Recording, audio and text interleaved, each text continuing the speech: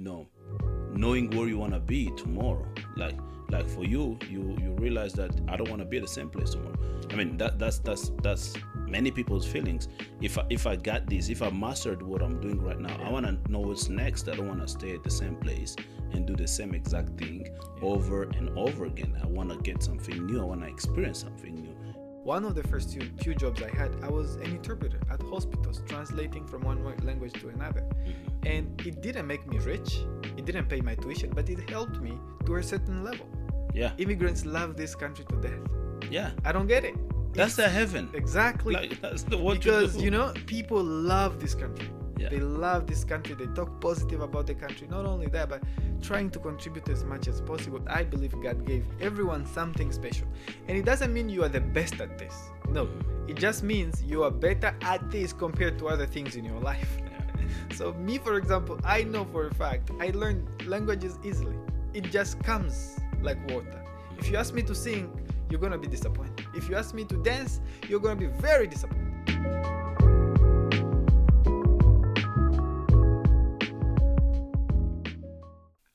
Welcome, friends, to Rod Talk. This is Rodrigo Makelele again on another episode on Rod Talk with my friend here, David. Actually, he's one of the people that I really admire with his journey and his experience and his story and many things that he does for our community, for himself, and for personal professional growth. So it's been an amazing journey that I wanted to bring to your screens, but also wanted to bring him on the studio for a long time. And now that he's here with us in Harrisonburg, we took the opportunity to welcome to our show. So welcome, Dave. Thank you, Rodrigo. Yeah, it's good to see you. Yeah. Good to see you on Rod Talk, but also to see you in person after a while. Yeah. How are you feeling? Good. I'm feeling great. Looking forward to the next few minutes. Okay. And how do you like it right now so far in Harrisonburg? You've been out for a while. Yeah, how does it feel when you come back? It's lovely. The weather is great. It's cold, and the colors, the fall colors. Mm-hmm. I love that. I love the cold. Not too cold, not too hot. I like that kind of weather. Beautiful. Yeah. I love it too. It's getting a little bit cold, which is not something that I'm familiar with very much, but I enjoy it. And so, what's going on with your life right now? You've been very busy traveling the world and discovering things. What's going on? I think that's a good question. I think just living life, trying to learn as much as we can, trying to grow and pursue my dreams. I've been traveling mostly for work, and not really for fun or personal reasons, but for work. And I'm glad to be in Harrisonburg at the moment. Yeah. Okay, and how is work treating you? So far, so good. You learn every day. You grow, and I think it's not the most comfortable thing, but it is sustainable. So you learn through struggles, through sometimes pain, and it's rewarding to see the result of this in a few years. Yeah. And did you see yourself in the position that you're in today 2 years ago or 3 years back? 2 years ago, not really. I had a dream to be where I am today, but I didn't know how this would happen. I didn't have a clear picture of how I would get here, but there was a wish or a dream in my heart that one day I would like to work internationally, but it wasn't something that, I could, easily picture. Yeah.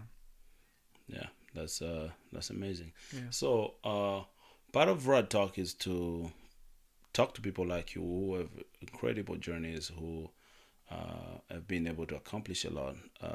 People that have faced migration in one way or another, and to be able to be in the Americas or North America or just in the world in general, and do amazing things, accomplish a lot.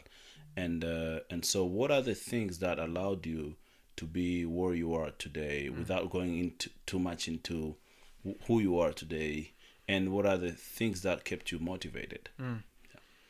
I think the factors or enablers of who I've become There is first the English language. I have to be honest. Mm-hmm. I think that if I didn't speak English, I wouldn't be where I am today in my professional journey. Yeah. So I intentionally learned English Mm-hmm. and did my best to learn, imitate people.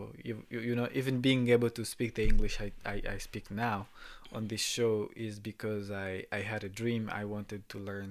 And it helped me because almost everything I do today in my work is in English. Yeah. You know, I don't use any other language. So English was a key. Um, I would also say having professional mentors or Mm-hmm. coach helped.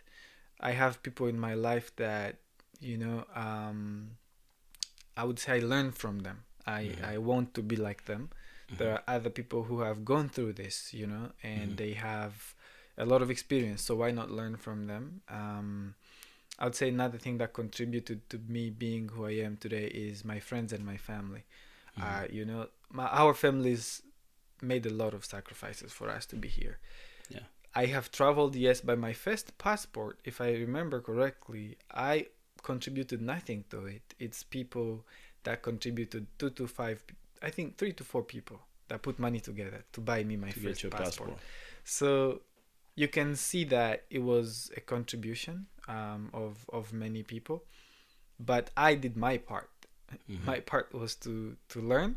My part was to stay committed. I would also say my faith. I wouldn't lie to you and say that, you know, it's because of my intellect or anything like that. I'm a Christian and I'm a believer. I Mm-hmm. believe that God's will for my life, you know, prevails over my skills or anything, just grace. Mm-hmm. Because I know there's a lot of smart people out there.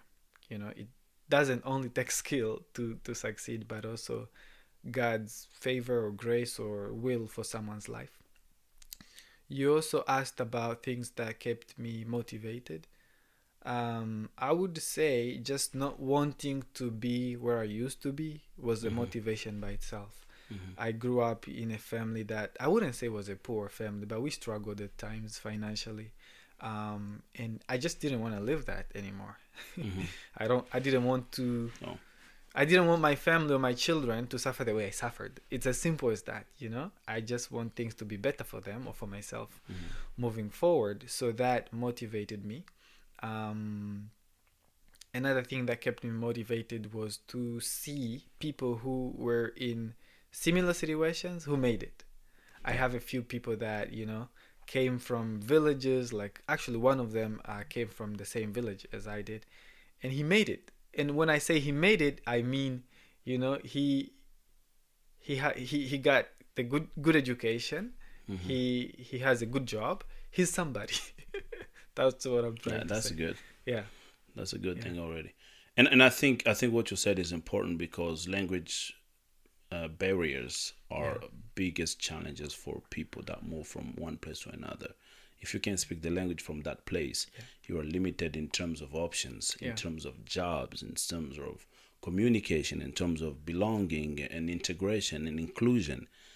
Everything has to go with you yeah. being able to communicate. Agreed. But also, if you are struggling with, you know, knowing where you want to be tomorrow, like for you, you realize that I don't want to be at the same place tomorrow. I Yeah, mean, that's many people's feelings. If I got this, if I mastered what I'm doing right now, I yeah, want to know what's next. I don't want to stay at the same place and do the same exact thing yeah, over and over again. I want to get something new. I want to experience something new, and that feeling is valid for people that want yeah, to move forward in life. yeah. You don't get too comfortable. Yeah. Sometimes that's not a good thing to do. And so, what are the things that you've tried that you didn't think you could have tried You mean the in things the that I past? tried and didn't work? No, the things that have worked. I mean, That the experiences that you've tried on, like this thing, if I were back in my country, in my village, I would never have done this. I mean, this is something that is not related to my job right now or what I do for a living, but flying planes. Hmm. I'm a private pilot. I can fly single engine aircrafts. I can fly any airplane that weighs less than 12,500 pounds in the US. Um, So I don't think I would have ever tried this in the Congo. Maybe I would have wanted to do it, but maybe I wouldn't have found the school or the money to do this. Yeah. So these are just some examples of things that I even dreamed about, and I went after them. Yeah. I think flying planes is one of the most interesting things from a Congolese perspective or standpoint. I think the idea Yeah. that you could fly a plane is crazy. Yeah. The idea, and so now you flying a plane, and many times I've seen many of your pictures and videos flying in the day, in the night, cross you call it cross country, Cross country. Yeah. cross country and things like that, and that is amazing. I remember we went flying together a couple months ago, and that was the first time actually flying a small plane. Yeah.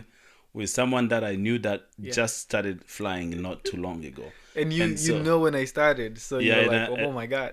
like the same way I don't trust people that are just driving now started driving. I had a feeling. Well, I think my feeling was confirmed when the plane Landed. not landed, when the plane left the ground. So when it took off, I was like, no, this was a mistake. Because when we were doing all the maneuver, you checking was not like, yeah, this is cool. But as soon as we left the ground and I could see the ground Yeah. and we were on in the air, This is then I real. realized that was the wrong decision to make. And I think, but I enjoyed it throughout the glad. process. I'm So, glad. and I would do it again. So, and Yeah. I think I'm thinking about probably more myself one day, just go learn for how it, to bro. fly for fun, Yeah. and maybe If you God have willing. time and all that you need, go for it. Yeah, you've done amazing. I think I don't know any. I know one or two people that I know personally that fly, you including, but I don't know many people that when we were growing up, we dreamed about a few things. Yeah. I want to be a pilot. I want to be a doctor. I want to be an engineer and a lawyer. And so those were things that Yeah. almost every kid was thinking about. And the parents were like, you either be one of those things Or you're a failure in life. or you already failed your life. So you realizing that dream, I think, is powerful. It's Yeah. amazing, man. The feeling is different. Thank you. Probably other people don't understand the feeling, but you doing it, the feeling is more than just Yeah. flying the plane. No, It's thanks a about lot. the That's very achievement. encouraging. Yeah. Thank you. Yeah, and what is next? What do you want to do next? It's continuing to grow. I think I would like to go to the next level of flight school because we have private pilot. You can get the private pilot license, so you can fly under visual flight rules. If the weather is great based on what you can see. But right now, I am not certified to fly through clouds. So Okay. I'd like to go to the next level. It's called instrument rating. So you rely on what you see on the instruments of the airplane Okay. to fly. Who knows? Maybe after that, I would like to go for commercial, but this is like next in life. But that's not my line of work. This is just a side thing that maybe one day I will change careers. I don't know. I like to be excited about many things, but for now, I want to continue growing in international development. There's so much that happens out there in our world that people like us who came from poor countries grew up in villages or who did not have these opportunities, that we don't even know these organizations or systems exist, and we have kind of blocked ourselves from even dreaming about getting into those circles. So yeah, I think that's what I would like to do next. Just keep exploring what is out there and see how I can learn and contribute and just enjoy life. And speaking of careers, yesterday in my class we were doing our capstone presentations in leadership and breakthrough leadership with CSIS, and there was this lady that we're presenting about, this African American lady that went all the way up to an executive role in corporates, to going back to flight school at like 33 or something. Wow. And then she went back and now she's flying commercial Wow. planes, and she's one of the 1% African American ladies flying. And so that was empowering when I heard her speaking. Maybe that's something that you Maybe, would who do. knows? You explore your option, man. I think you've been doing amazing. What about the community? What are the things that you get involved in the community here or wherever you're living or Yeah. in the world? I'm passionate about education. I like to support people in their education. And as much as I can, I like to share whatever I know. even being honest on this show and saying, yes, I'm doing international development, but I'm also a pilot. And it's not to show off. I just like the idea of sharing the knowledge, because I believe that it's the best gift you can give people, is just to tell them something so they don't make the same mistakes. Some people sometimes say, okay, let people make their own mistakes. There are mistakes we can avoid. We don't have to reinvent the wheel. So wherever I go, wherever I live, I always try to share the knowledge. Bring people to the table and think about things that we've never thought about. So also helping people go to school, providing support, financial support for people to get the education they deserve. So that's what I'm passionate about, and that's what I continue to do. Good. I'm so glad that you're doing what you're doing. I'm so glad that you're trying to empower others, especially education, which is part of our next generation of resiliency.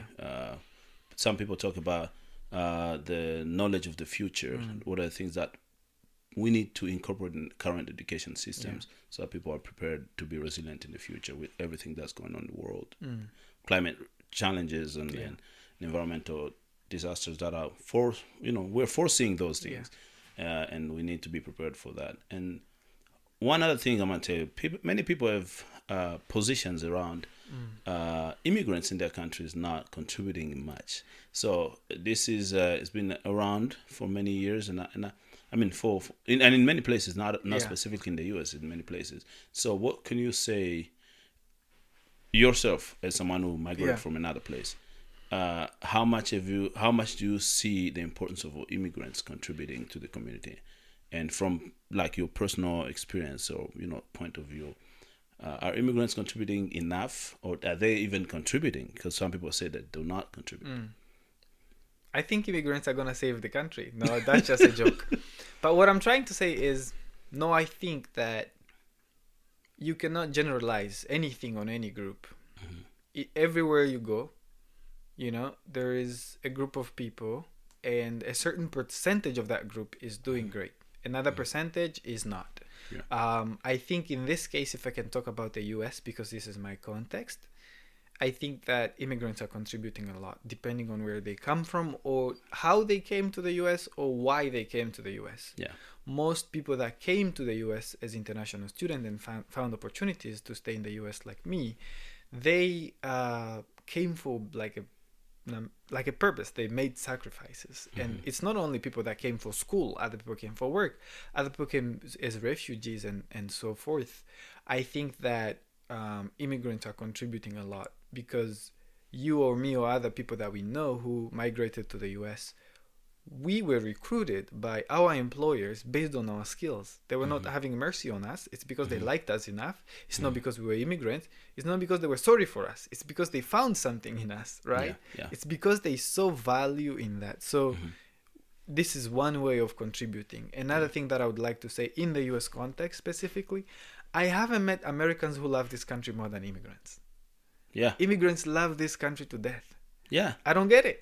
That's their heaven. Exactly. Like, that's what because, you do. People love this country. They love this country. They talk positive about the country. Not only that, but trying to contribute as much as possible. It's just sad that when one immigrant does something, that bad thing is generalized on the entire population, which I think is very unfair. But we have to look at it from statistics. Statistics show us that if 12% of Mexicans that work in the US stop working, the economy will shut down. So this is just one example. And me personally, growing up, we were always told that the US is such a great country because it has the best of every culture represented here. The food is great here, not because of one group, it's because of multiple groups. So it's just a fact. I think we have to go by facts. And so immigrants bring a lot of contributions to their community, from cultural diversity to providing labor force to being part of all the things that you can think about in healthcare and essential work in manufacturing, and everywhere we see immigrants. And it's I think diversity is power. So I'm one of those people that believe that everywhere that we have diverse people doing diverse things and diverse, we'll bring diverse experience and things like that. It makes the community better. And so What would you say to someone who is trying to be like you, trying to accomplish things, trying to follow their dreams, and feel like they're living the American dream? What is an advice you're going to give to them? I would say, sit down, identify the areas of your strength. What are the things that you can control now? Sometimes, if not always, we are always worried about things we have no control over. But maybe what you have now is what can help you go to the next thing. So, talents, identify your strengths, and see how you can slowly, based on that, do something good for yourself. If it's through learning languages, if it's through doing something, just identify your strengths and start there. Especially talents. I believe God gave everyone something special. And it doesn't mean you are the best at this. No. It just means you are better at this compared to other things in your life. Yeah. So me, for example, I know for a fact I learn languages easily. It just comes like water. If you ask me to sing, you're going to be disappointed. If you ask me to dance, you're going to be very disappointed. So why don't I just focus on languages? And I remember when I came to the States, one of the first few jobs I had, I was an interpreter at hospitals, translating from one language to another. And it didn't make me rich. It didn't pay my tuition, but it helped me to a certain level. So you just start with the small you have, and the rest will take care of itself. All right, that's a great note to end on. Yeah. And so, thanks for joining Rad Talk again. It's been an honor and a pleasure. To have you. It's been a pleasure to be here, and I'm looking forward to continuing discussions with you. Thanks, guys, for watching Rad Talk today. Folks like David are all over this country and all over the world. You just have to get an opportunity to talk to them, to listen to them, and to give them your time so that they can give you the best that they can. And that's why Rad Talk is here, to bring you those stories, unveiling the stories as much as possible. And so until next time, stay blessed, stay warm. And winter is coming, so we hope that you stay warm enough to not get in trouble or hit with cold. And until next time, also remember to subscribe, like, and share these videos. And please, as I say every day, send us recommendations, people that you want us to bring on the studio. We'll try our best to reach out to them and bring them to the studio for them to share their stories with us. Thank you so much, and have a blessed day.